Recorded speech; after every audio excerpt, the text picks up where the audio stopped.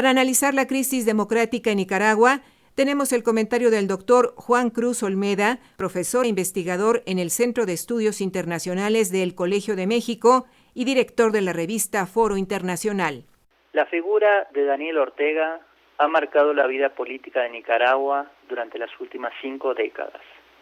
En los 70 fue uno de los líderes del movimiento sandinista que llevó adelante una lucha revolucionaria para poner fin a la dinastía de los Somoza, que habían gobernado el país con mano de hierro durante la mayor parte del siglo XX.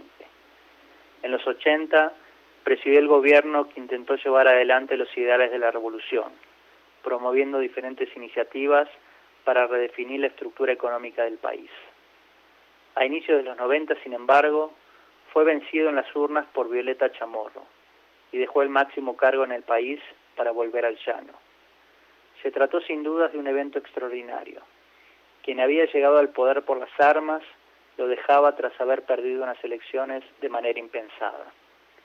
En su momento, para muchos este gesto fue leído como una confirmación de las credenciales democráticas de Ortega. Desde entonces, pasó más de una década y media siendo una figura periférica pero importante en la dinámica política del país, negociando con los gobiernos conservadores que se sucedieron y asegurando la persistencia del movimiento sandinista como un actor en la vida partidaria. Esto sin duda fue lo que permitió su regreso al poder en 2007. Esta vez, luego de resultar victorioso en los comicios y en un contexto regional en el que fuerzas de izquierda se habían convertido en dominantes en la mayor parte de América Latina. A diferencia de su experiencia anterior como presidente, en esta segunda etapa, Ortega apareció desde un inicio empeñado en utilizar todos los instrumentos posibles, legales y extralegales, para permanecer en el máximo cargo. Reformas constitucionales mediante, logró que se estableciera la posibilidad de la reelección indefinida, cláusula que ha aprovechado para volver a presentarse en elecciones en 2012 y en 2017. En este último caso, acompañado en el cargo de vicepresidenta por su actual esposa, Rosario Murillo. Desde 2007 ha gobernado valiéndose de diferentes instrumentos para callar las disidencias, lo que ha llevado a muchos antiguos sandinistas a separarse y denunciar que su anterior líder había comenzado a parecerse a lo que combatió en el pasado.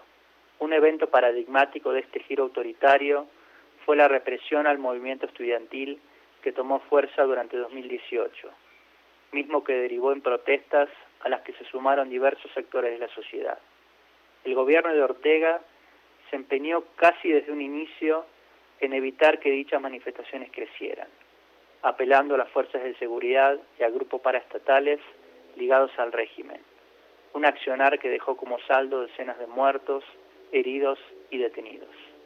En la misma línea, el gobierno ha llevado adelante diversas acciones para debilitar a los partidos de oposición.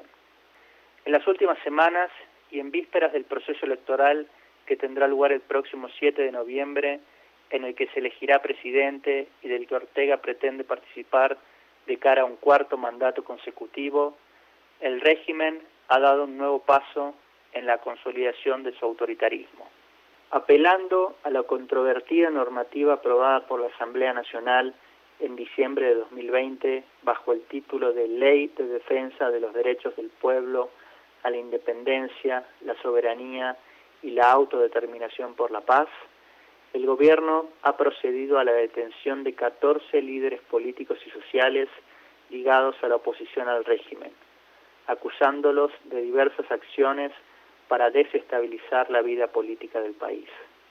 Varios de ellos y ellas se vislumbraban como candidatos y candidatas en las elecciones de noviembre, incluyendo a sandinistas que fueron antiguos compañeros de lucha de Ortega. El ensañamiento ha sido particularmente fuerte con la familia Chamorro. Cristina Chamorro, hija de la expresidenta y quien aparecía hasta hace poco en las encuestas con posibilidades de vencer al actual presidente, fue acusada de lavado de dinero y no solo vetada para participar como candidata, sino arrestada por las fuerzas de seguridad. Hasta antes de anunciar sus aspiraciones a la presidencia en enero de este año, Chamorro se desempeñaba como líder de la Fundación Violeta Barrios de Chamorro, una ONG dedicada a apoyar al periodismo independiente, una profesión de alto riesgo en el contexto nicaragüense actual.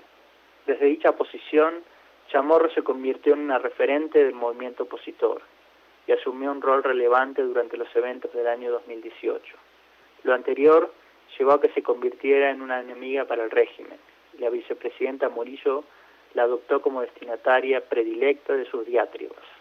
La investigación llevada adelante por la Fiscalía, que busca demostrar inconsistencias en el manejo financiero de la Fundación y que derivó en la detención de Chamorro, ha sido sin embargo un paso más allá y dejado en claro que Ortega no tiene miedo en adoptar posturas abiertamente dictatoriales.